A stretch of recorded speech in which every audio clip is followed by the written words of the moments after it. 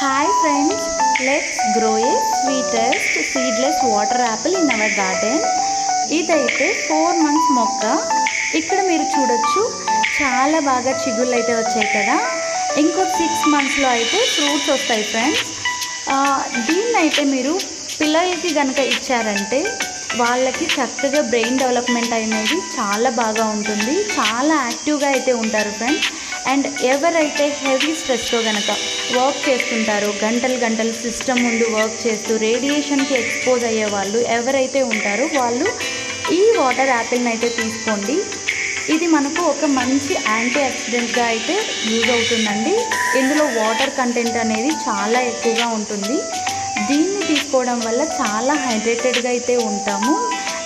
నేనైతే దీనికి మంచి ఫర్టిలైజర్స్ అయితే ఇస్తానండి. సో అందుకే దీనికి చిగుళ్ళు అయితే చాలా బాగా వచ్చాయి. మీకు అవేంటో తెలియాలంటే do follow my videos and subscribe. Thank you so much అండి.